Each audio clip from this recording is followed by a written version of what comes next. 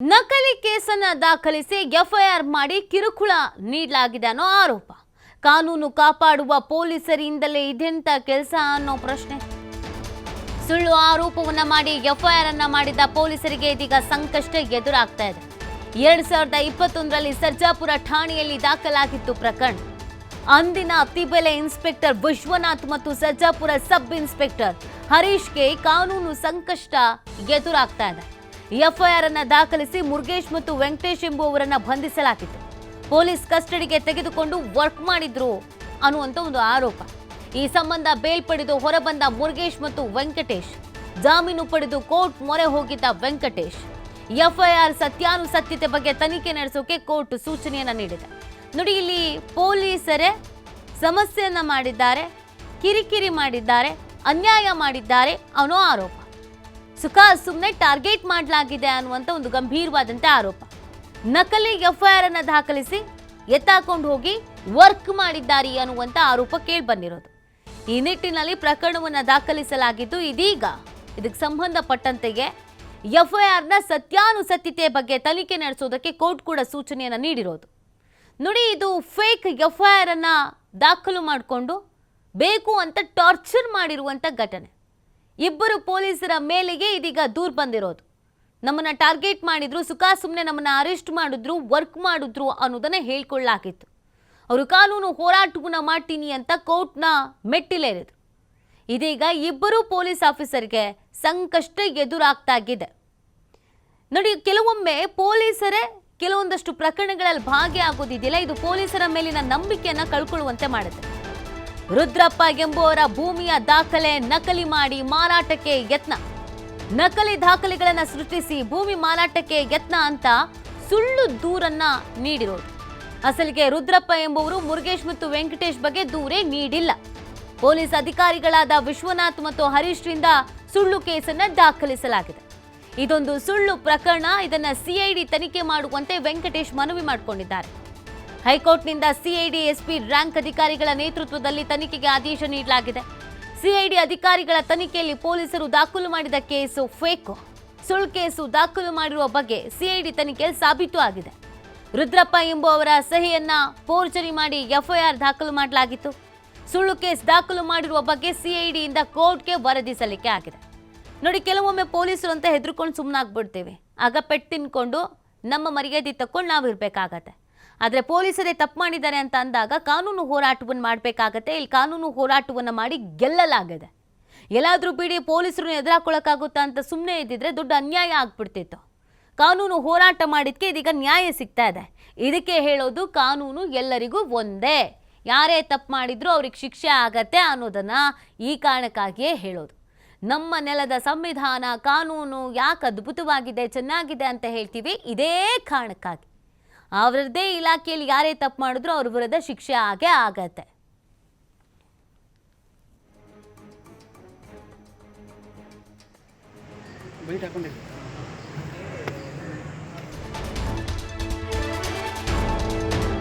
CID ತನಿಖೆಗೆ stay ತರೋಕೆ ವಿಶ್ವನಾಥ್ ಮತ್ತು ಹರೀಶ್ ಕೋರ್ಟ್ ಮೊರೆ ಹೋಗ್ತಾರೆ. ಸುಳ್ಳು ಪ್ರಕರಣದ ತನಿಖೆಗೆ ತಡೆಯಾಜ್ಞೆಯನ್ನ ತಂದ ಅಧಿಕಾರಿಗಳು ಸಿಐಡಿ ಅಧಿಕಾರಿಗಳ ವಿರುದ್ಧ ತಾತ್ಕಾಲಿಕ ಸ್ಟೇ ತಂದು ತನಿಖೆಗೆ ಬ್ರೇಕ್ ಬಿದ್ದಿದ್ದು, ಇದೀಗ ಸುಳ್ಳು ಕೇಸ್ ದಾಖಲು ಮಾಡಿದ ವಿಶ್ವನಾಥ್ ಮತ್ತು ಹರೀಶ್ಗೆ ಸಂಕಷ್ಟ ಎದುರಾಗುತ್ತೆ. ತನಿಖೆಗೆ ತಂದಿದ್ದ ತಾತ್ಕಾಲಿಕ ಸ್ಟೇ ವ್ಯಾಕೇಟ್ ಮಾಡಿ ಕಾನೂನು ಕ್ರಮಕ್ಕೆ ಸೂಚನೆ ನೀಡಲಾಗಿದೆ. ಹೈಕೋರ್ಟ್ ಆದೇಶದ ಬೆನ್ನಲ್ಲೇ ದೂರುದಾರ ವೆಂಕಟೇಶ್ಗೆ ಬೆದರಿಕೆಯನ್ನ ಒಡ್ಡಲಾಗಿದೆ ಅನ್ನುವಂಥ ಆರೋಪಗಳು ಕೂಡ ಕೇಳಿ ಬರ್ತಾ ಇದೆ. ಏನಿದು ಘಟನೆಯ ವಿವರ ಏನು ಅಂತ ನೋಡೋದಾದ್ರೆ, ಈ ಸುಳ್ಳು ಪ್ರಕರಣದಲ್ಲಿ A1 ಮುರುಗೇಶ್ ಭೂಮಿ ಕಬಳಿಸೋಕೆ ಷಡ್ಯಂತ್ರ ಮಾಡಿದ್ದಾರೆ ಅನ್ನುವಂಥ ಒಂದು ಆರೋಪವನ್ನ ಮಾಡಿರೋದು. ಯಾರು ಆರೋಪ ಮಾಡಿದ್ದಾರೆ ಅದು ಇನ್ನೂ ಯಾರಿಗೂ ಗೊತ್ತೇ ಇಲ್ಲ. ಮುರುಗೇಶ್ ಹೆಸರಿನಲ್ಲಿದ್ದ 20 ಗುಂಟೆ ಭೂಮಿ ಮಾರಾಟಕ್ಕೆ ಒತ್ತಡ. ತಾವು ಹೇಳಿದವರಿಗೆ ಮಾರಾಟ ಮಾಡಬೇಕು ಅಂತ ಪೊಲೀಸರಿಂದ ಒತ್ತಡ ಹೇರಲಾಗಿತ್ತಂತೆ. ಭೂಮಿ ಮಾರಾಟ ಮಾಡೋಕೆ ನಿರಾಕರಿಸಿದಾಗ ವೆಂಕಟೇಶ್ಗೆ ಬುಲಾವ್ ಮಾಡ್ತಾರೆ. ಮುರುಗೇಶ್ ಜಾಗದ ಅಕ್ಕಪಕ್ಕದಲ್ಲಿರುವ ಮತ್ತೊಂದು ಭೂಮಿ ವ್ಯಾಪಾರಕ್ಕೂ ಒತ್ತಡ ಹೇರ್ತಾರೆ. ಮುರುಗೇಶ್ನ ಬಳಿ ಇರುವಂಥ ಭೂಮಿ ಹೇಗಾದರೂ ಸರಿ ಮಾರಾಟ ಮಾಡಿಸುವಂತ ವೆಂಕಟೇಶ್ಗೆ ಒತ್ತಡ ಹೇರ್ತಾರೆ. ವೆಂಕಟೇಶ್ ಮತ್ತು ಮುರುಗೇಶ್ ಇಬ್ಬರು ಆಪ್ತ ಸ್ನೇಹಿತರಾಗಿದ್ದ ಹಿನ್ನೆಲೆ ವೆಂಕಟೇಶ್ಗೆ ಕಿರುಕುಳ ನೀಡ್ತಾರೆ. ಯಾವಾಗ ವೆಂಕಟೇಶ್ ಅದೆಲ್ಲ ಆಗಲ್ಲ ಸರ್ ಅಂದಿದ್ದಕ್ಕೆ ಇಬ್ಬರೂ ಮೇಲೂ ಸುಳ್ಳು ಪ್ರಕರಣ ದಾಖಲಿಸ್ತಾರೆ. ಸುಳ್ಳು ಪ್ರಕರಣ ದಾಖಲಿಸಿ ಇಬ್ಬರನ್ನ ಬಂಧಿಸಿ ಬೆದರಿಕೆಯನ್ನು ಹಾಕ್ತಾರೆ ಪೊಲೀಸರು.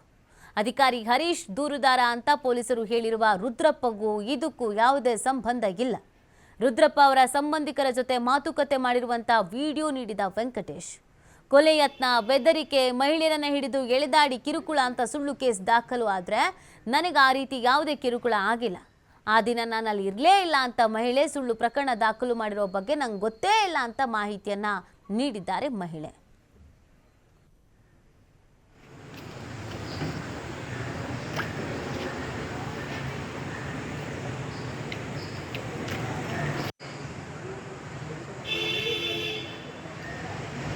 ಬೈಟ್ ಹಾಕೊಂಡೆ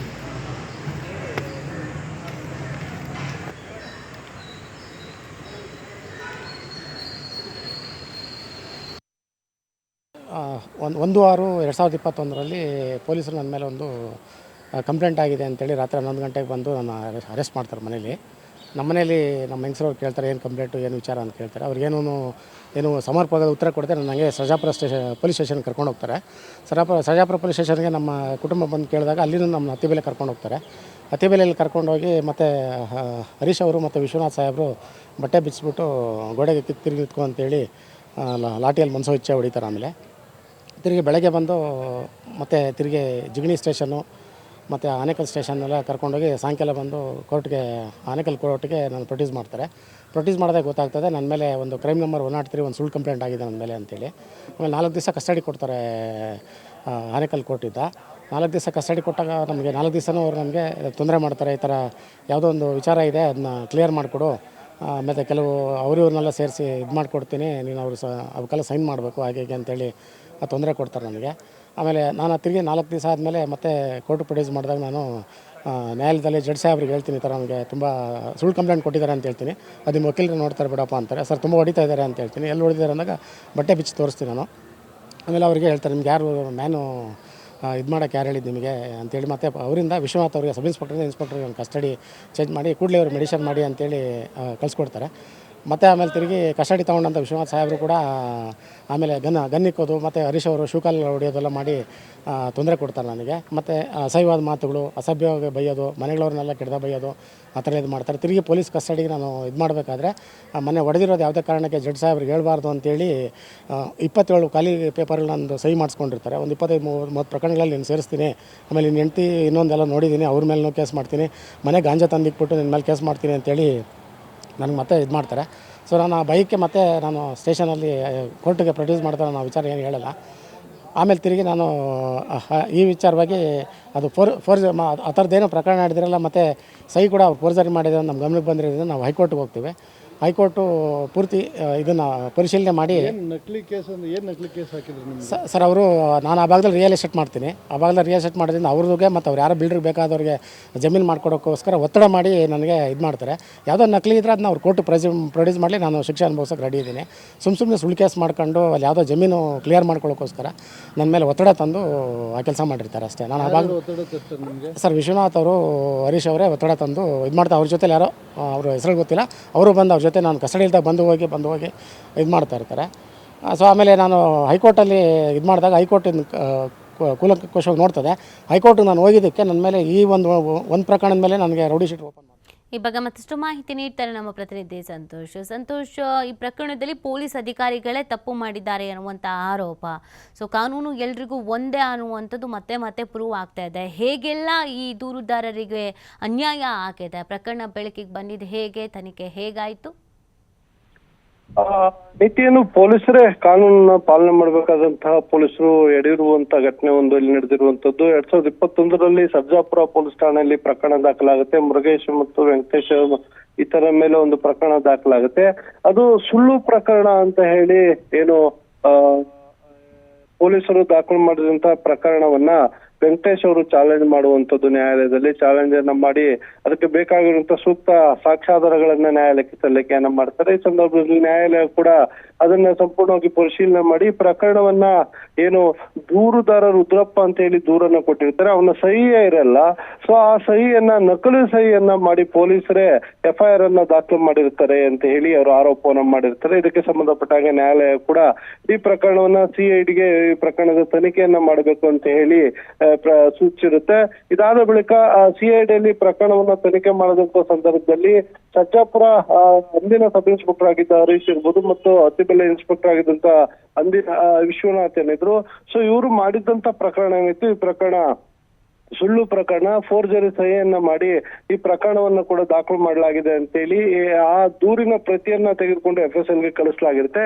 FSL ನಲ್ಲೂ ಕೂಡ ಇವ್ರಿಗೂ ಮಾಡಿರುವಂತ ಸಹಿ ಏನಿದೆ ಅದು ಫೋರ್ಜರಿ ಅನ್ನೋದ್ರ ಬಗ್ಗೆ ಸಾಬೀತಾಗಿರುವಂತದ್ದು. ಸದ್ಯ ಇದಕ್ಕೆ ಸಂಬಂಧಪಟ್ಟ ಹಾಗೆ ನ್ಯಾಯಾಲಯ ಕೂಡ ಕಳವಳವನ್ನು ವ್ಯಕ್ತಪಡಿಸಿರುವಂತದ್ದು. ಕಾನೂನು ಪಾಲನೆ ಮಾಡಬೇಕಾದಂತಹ ಪೊಲೀಸ್ ಅಧಿಕಾರಿಗಳೇ ಈ ರೀತಿಯಾಗಿ ಮಾಡಿದ್ರೆ ಹೇಗೆ ಅಂತ. ಇನ್ನ ಪ್ರಕರಣದ ಹಿನ್ನೆಲೆಯನ್ನ ನಾವು ನೋಡ್ತಾ ಹೋಗೋದಾದ್ರೆ, ಈ ಪ್ರಕರಣದಲ್ಲಿ ಭೂ ವ್ಯಾಜ್ಯಕ್ಕೆ ಸಂಬಂಧಪಟ್ಟ ಹಾಗೆ ಇಷ್ಟೆಲ್ಲ ಇನ್ಸಿಡೆಂಟ್ ಆಗಿದೆ ಅನ್ನೋದ್ರ ಬಗ್ಗೆ ಮಾಹಿತಿ ಲಭ್ಯವಾಗ್ತಾ ಇರುವಂತದ್ದು. ಸೊ ಮುರುಗೇಶನ್ಗೆ ಸೇರಿದಂತಹ ಒಂದು ಜಾಗ ಏನಿತ್ತು, ಆ ಜಾಗವನ್ನ ಪೊಲೀಸರು ಯಾರಿಗೆ ಮಾರಾಟವನ್ನ ಮಾಡಬೇಕು ಅಂತ ಹೇಳಿರ್ತಾರೆ ಅವ್ರಿಗೆ ಮಾರಾಟವನ್ನ ಮಾಡಬೇಕು ಅಂತೇಳಿ ಒತ್ತಡವನ್ನ ತರ್ತಾರೆ. ಅದಕ್ಕೆ ಮುರುಗೇಶನ್ ಒಪ್ಪೋದಿಲ್ಲ. ಈ ಸಂದರ್ಭದಲ್ಲಿ ಆತನ ಸ್ನೇಹಿತ ಆಗಿರುವ ವೆಂಕಟೇಶ್ ಏನಿದ್ದಾನೆ, ಈತ ಅಲ್ಲಿ ರಿಯಲ್ ಎಸ್ಟೇಟ್ ಬ್ರೋಕರ್ ಕೆಲಸಗಳನ್ನ ಮಾಡ್ಕೊಂಡಿರ್ತಾರೆ. ಅವನ ಮುಖಾಂತರವೂ ಕೂಡ ಆ ಜಾಗವನ್ನ ಹೇಗಾದ್ರೂ ಸರಿ ನಾವು ಹೇಳಿದಂತ ಬಿಲ್ಡರ್ ಅವ್ರಿಗೆ ಮಾರಾಟವನ್ನ ಮಾಡಬೇಕು ಅಂತೇಳಿ ಅವನ ಮೇಲೆ ಒತ್ತಡವನ್ನ ತರ್ತಾರೆ. ಸೊ ಅದಕ್ಕೂ ಕೂಡ ಒಪ್ಪದೇ ಇದ್ದಾಗ ರಾತ್ರೋರಾತ್ರಿ ಈ ರೀತಿಯಾಗಿ ಪ್ರಕರಣವನ್ನ ಸುಳ್ಳು ಪ್ರಕರಣವನ್ನ ದಾಖಲು ಮಾಡ್ಕೊಂಡು ಅವ್ರನ್ನ ಬಂಧನವನ್ನು ಮಾಡುವಂತದ್ದು, ಬಂಧಿಸಿ ಜೈಲಿಗೆ ಕಳಿಸುವಂತದ್ದು. ಸೊ ಇಷ್ಟೆಲ್ಲ ಆದ್ಮೇಲೆ ಇವರು ನಾವು ಯಾವುದೇ ರೀತಿಯ ತಪ್ಪನ್ನೇ ಮಾಡ್ಲಿಲ್ಲ, ನಮ್ಗೆ ಯಾವ ಕಾರಣಕ್ಕಾಗಿ ಈ ರೀತಿಯಾಗಿ ಪ್ರಕರಣವನ್ನು ದಾಖಲು ಮಾಡಿ ಬಂಧನ ಮಾಡಿದ್ರೆ, ಅದ್ರ ಜೊತೆಗೆ ಇದೇ ಮೊದಲ ಬಾರಿಗೆ ನಮ್ಮ ಮೇಲೆ FIR ಆಗಿರುವಂತದ್ದು ಆ ಪೊಲೀಸ್ ಠಾಣೆಯಲ್ಲಿ. ಸೊ ಅಷ್ಟಕ್ಕೆ ನಮ್ಮ ಮೇಲೆ RS ಅಂದ್ರೆ ರೌಡಿ ಪಟ್ಟಿಯನ್ನ ತೆಗೆದಿರುವಂತದ್ದು. ರೌಡಿ ಪಟ್ಟಿಯನ್ನ ತೆಗೆದಿರೋದನ್ನು ಕೂಡ ಇವರಿಗೆ ಸಾಕಷ್ಟು ಕಳವಳವನ್ನು ವ್ಯಕ್ತಪಡಿಸಿದ್ದಾರೆ. ಅದರ ಜೊತೆಗೆ ಇಡೀ ಪ್ರಕರಣ ಸುಳ್ಳು ಪ್ರಕರಣವನ್ನು ಕೂಡ ದಾಖಲು ಮಾಡ್ಕೊಂಡಿರುವಂತದ್ದು CID ಅಧಿಕಾರಿಗಳಿಂದ. ಸೊ ಪೊಲೀಸರು ದಾಖಲು ಮಾಡಿದಂತ ಪ್ರಕರಣ ಸುಳ್ಳು ಎಂಬ ವರದಿ ಕೂಡ ಬಂದಿರುವಂತದ್ದು. ಸದ್ಯ ಇದೀಗ ಏನು CID ಅಧಿಕಾರಿಗಳು ಪ್ರಕರಣದ ತನಿಖೆ ಮಾಡುವಂತ ಸಂದರ್ಭದಲ್ಲಿ ಸಬ್ ಇನ್ಸ್ಪೆಕ್ಟರ್ ಇದ್ದಂತ ಹರೀಶ್ ಮತ್ತು ವಿಶ್ವನಾಥ್ ಏನಿದ್ರು, ಇವರು CID ಅಧಿಕಾರಿಗಳ ಇನ್ವೆಸ್ಟಿಗೇಷನ್ಗೆ ಸ್ಟೇ ಕೂಡ ತಂದಿದ್ರು. ಸೊ ಈ ಸದ್ಯ ಆ ಸ್ಟೇ ಕೂಡ ಹೈಕೋರ್ಟ್ ನಲ್ಲಿ ವಜಾ ಆಗಿರುವಂತದ್ದು, ಅಂದ್ರೆ ರಿಜೆಕ್ಟ್ ಆಗಿರುವಂತದ್ದು. ಅದ್ರ ಜೊತೆಗೆ CID ಅಧಿಕಾರಿಗಳಿಗೆ ಪ್ರಕರಣಕ್ಕೆ ಸಂಬಂಧಪಟ್ಟ ಹಾಗೆ ತನಿಖೆಯನ್ನು ನಡೆಸಬೇಕು. ಯಾರು ತಪ್ಪು ಮಾಡಿದ್ದಾರೆ ಅವರ ವಿರುದ್ಧ ಕಾನೂನು ಕ್ರಮವನ್ನ ಕೈಗೊಳ್ಳಬೇಕು. ಅಂದ್ರೆ ಪೊಲೀಸರ ವಿರುದ್ಧ ಪೊಲೀಸರು ತಪ್ಪು ಮಾಡಿದ್ರು ಅವರ ವಿರುದ್ಧ ಕೂಡ ಕ್ರಮವನ್ನ ಕೈಗೊಳ್ಳಬೇಕು ಅಂತ ಹೇಳಿ ಈಗಾಗಲೇ ಕೋರ್ಟ್ ಕೂಡ ಸೂಚಿಸಿರುವಂತದ್ದು. ಈ ಹಿನ್ನೆಲೆಯಲ್ಲಿ ಏನು ವಿಶ್ವನಾಥ್ ಇರ್ಬೋದು, ಸಬ್ ಇನ್ಸ್ಪೆಕ್ಟರ್ ಆಗಿದ್ದಂತ ಹರೀಶ್ ಇರ್ಬೋದು, ಇವರ ವಿರುದ್ಧ CID ಅಧಿಕಾರಿಗಳು ಏನು ಪ್ರಕರಣವನ್ನ ದಾಖಲು ಮಾಡ್ತಾರ, ಪ್ರಕರಣ ದಾಖಲು ಮಾಡಿ ಇವರ ತಪ್ಪು ಈಗಾಗಲೇ ತನಿಖೆಯಲ್ಲಿ ಸಾಬೀತಾಗಿರೋ ಹಿನ್ನೆಲೆಯಲ್ಲಿ ಇವ್ರನ್ನ ಬಂಧನವನ್ನು ಮಾಡ್ತಾರ ಅನ್ನೋದನ್ನ ಕಾಯ್ದು ನೋಡ್ಬೇಕಿತ್ತು. ಅದ್ರ ಜೊತೆಗೆ ಇವರ ವಿರುದ್ಧ ಇಲಾಖೆ ಕೂಡ ಯಾವ ರೀತಿಯ ಕ್ರಮವನ್ನು ಕೈಗೊಳ್ಳುತ್ತೆ ಅನ್ನೋದನ್ನ ಕಾಯ್ದು ನೋಡ್ಬೇಕು. ಒಟ್ಟಾರೆಯಾಗಿ ಇಡೀ ಪ್ರಕರಣವನ್ನು ನೋಡ್ತಾ ಹೋದಂತ ಸಂದರ್ಭದಲ್ಲಿ ಪೊಲೀಸರೇ ಈ ರೀತಿಯಾಗಿ ಕಾನೂನನ್ನ ಪಾಲನೆಯನ್ನ ಮಾಡದೆ ದುರುಪಯೋಗ ಪಡಿಸ್ಕೊಂಡಿರೋ ಹಿನ್ನೆಲೆಯಲ್ಲಿ ಇದಕ್ಕೆ ನ್ಯಾಯಾಲಯ ಕೂಡ ಒಂದು ಕಳವಳವನ್ನ ವ್ಯಕ್ತಪಡಿಸಿರುವಂತದ್ದು. ನೀತಿ. ಫೈನ್, ಥ್ಯಾಂಕ್ ಯು ಸಂತೋಷ್ ತಮ್ಮೆಲ್ಲ ಡೀಟೇಲ್ಸ್ಗಾಗಿ.